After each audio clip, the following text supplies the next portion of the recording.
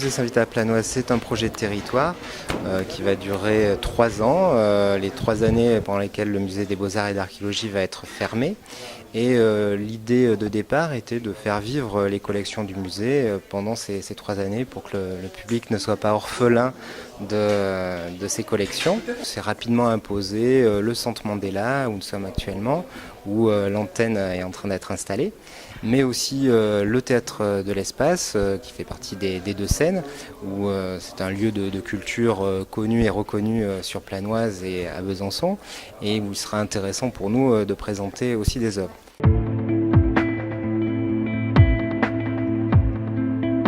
Un des enjeux de ce projet de territoire, c'est d'intéresser et de toucher le public, même si ce n'est pas un public qui vient habituellement au musée.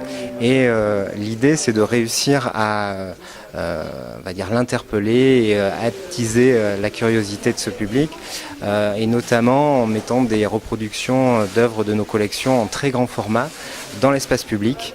Donc nous avons dessiné 2 parcours urbains dans Planoise. Le projet du musée, c'est de présenter des œuvres différentes tous les 6 mois, autour d'une thématique que l'on veut la plus ouverte et la plus, on va dire, plaisante possible, de manière à ce qu'on réussisse à montrer au bout des 3 ans un maximum d'œuvres, en ayant changé comme ça tous les 6 mois les œuvres présentées.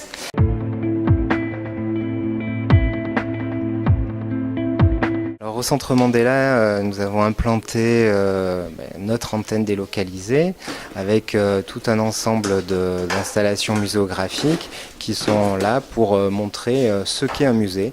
Donc là, nous sommes dans une qualité de présentation des œuvres qui est une qualité muséale, avec du personnel d'accueil et de surveillance, avec un éclairage soigné, avec des conditions de conservation étudiées, avec un discours pédagogique autour de nos collections qui a été travaillé.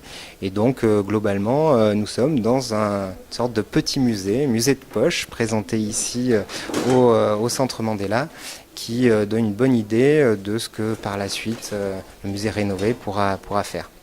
Alors on a cherché à créer un espace assez intimiste qui permette de recréer une ambiance muséale au sein de l'espace Nelson Mandela, qui puisse être éphémère, qui ne touche pas du tout à l'architecture du lieu, et qui puisse permettre de mettre en valeur les œuvres, tout en étant modulable et en s'adaptant tous les 6 mois à une différente mise en espace pour correspondre aux différentes thématiques qui vont être développées.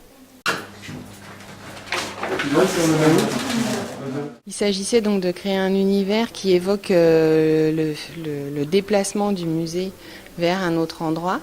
D'où cette idée des parallélogrammes qui se déplacent pour évoquer le déplacement des œuvres. On a aussi dessiné un totem sous forme de cube qui évoque en fait les cartons du musée qui déménagent, qui sont posés devant le bâtiment, sur le parvis. La ville de Besançon est à l'origine de ce projet.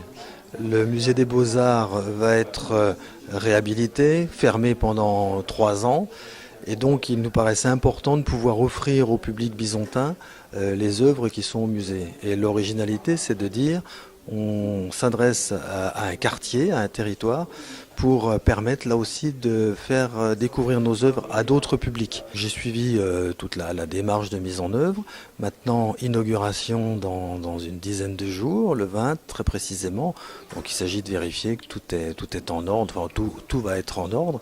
Donc je suis venu effectivement avec mon collègue Pascal Curie, qui s'occupe aussi de la réhabilitation, de la rénovation du musée, pour vérifier et puis surtout prendre connaissance et voir comment ça s'organise. Il s'agit bien de travailler avec l'ensemble du quartier, avec les habitants. Un musée national venir sur un quartier dit populaire et installer les œuvres, c'était quand même quelque chose d'important, d'autant plus que nous, dans notre mission, on est plutôt à caractère socio-culturel, et là c'est la rencontre entre, j'allais dire, le culturel, le socio-culturel, bien qu'il y a CAPA, la preuve, on se retrouve puisqu'il y a une antenne. Et c'était à la fois se dire, dans ce travail qu'on a à faire pour travailler sur l'accès à la culture, on avait une entrée formidable pour les habitants. C'est une résidence de 3 ans, mais on a aussi en perspective de travailler sur le fait, à la fois dans un premier temps, le musée s'installe à proximité et après comment déplacer la population sur le musée en ville.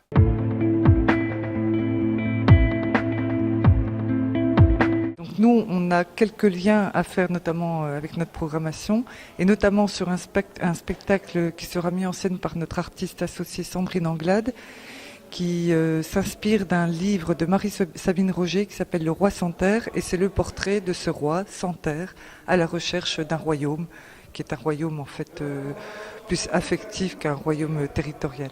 Et ça sera le portrait de cet homme qui fait le lien effectivement avec le thème du portrait au travers des œuvres du musée.